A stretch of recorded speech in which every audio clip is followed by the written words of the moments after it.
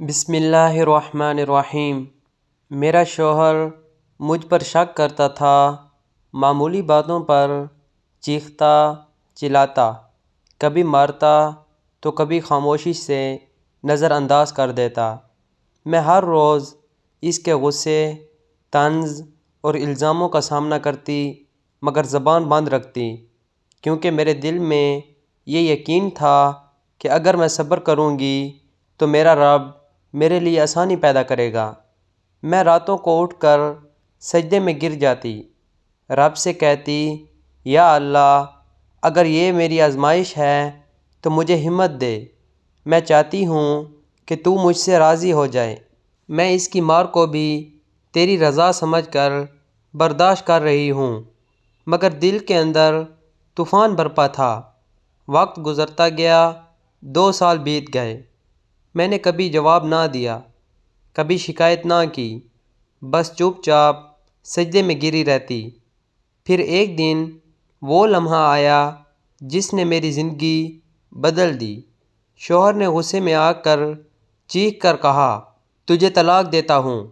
میں نے ایک لمحے کو اس کے چہرے کو دیکھا، مگر وہاں نہ پشیمانی تھی نہ احساس۔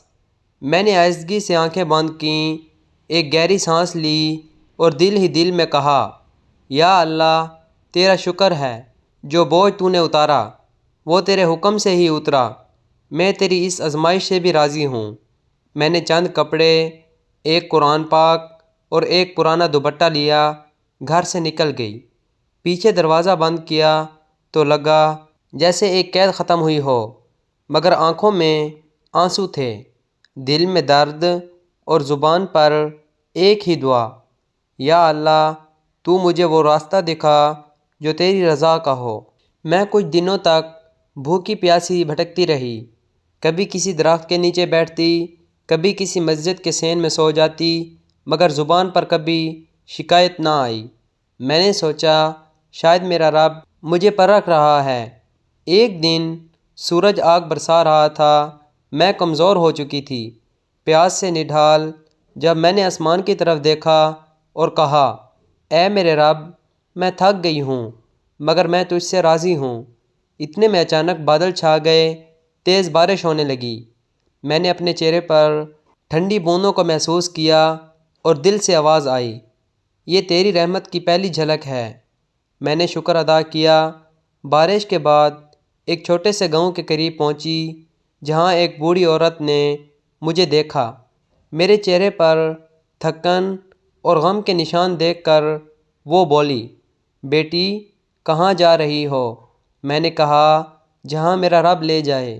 اس نے میرا ہاتھ پکڑا، گھر لے گئی، کھانا دیا، محبت دی اور کہا، آج تمہیں میرے رب نے میرے لیے بھیجا ہے۔ چند دنوں بعد اس نے اپنے بیٹے کے بارے میں بتایا، جو نیک دل، نمازی اور رحم دل تھا۔ میں نے استخارہ کیا، رب سے دعا کی اور جلد ہی ہمارا نکاح ہو گیا۔ وہ دن میری زندگی کی نئی صبح تھی۔ میرا نیا شوہر مجھ سے ایسے پیش آتا جیسے میں کوئی قیمتی امانت ہوں۔ وہ کہتا، صبر کرنے والی عورت اللہ کے خاص بندوں میں سے ہے۔ وہ جب کبھی میرا ہاتھ تھامتا تو کہتا، تمہارے صبر کی خوشبو میرے گھر کی فضا میں پھیلی ہوئی ہے، اور میں ہر بار رب کا شکر ادا کرتی کہ اس نے میری آزمائش کو انعام میں بدل دیا۔ وقت گزرتا گیا، اللہ نے ہمارے رزق میں برکت دی، سکون دیا، محبت دی۔ میں اکثر شام کے وقت چھت پر جا کر آسمان کو دیکھتی، وہی بادل یاد آتے جو اس دن برسے تھے۔ جب میں اکیلی تھی، میری آنکھوں سے آنسو بہنے لگتے اور میں کہتی، یا اللہ، تو نے میرے صبر کا پھل دیا، تو نے مجھے عزت بخشی، تو نے وہ سکون دیا جو میں نے کبھی خواب میں بھی نہ سوچا تھا۔ ایک دن تیز بارش ہو رہی تھی، میں صحن میں کھڑی بارش دیکھ رہی تھی۔ وہی منظر یاد آیا جب میں ایک درخت کے نیچے بے یارو مددگار بیٹھی تھی۔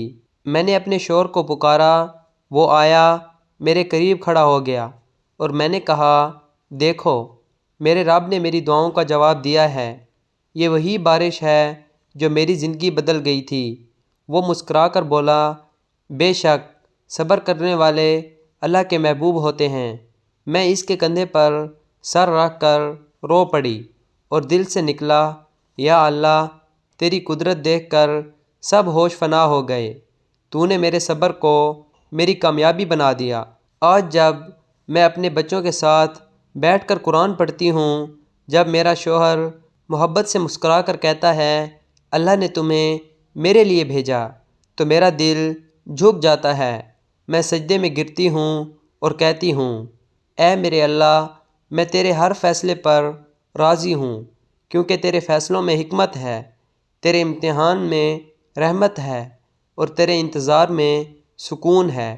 میں اب جان چکی ہوں کہ زندگی میں جو دکھ، جدائی اور بے بسی آتی ہے، وہ دراصل اللہ کی طرف سے ایک دروازہ ہوتا ہے جو صبر سے کھلتا ہے۔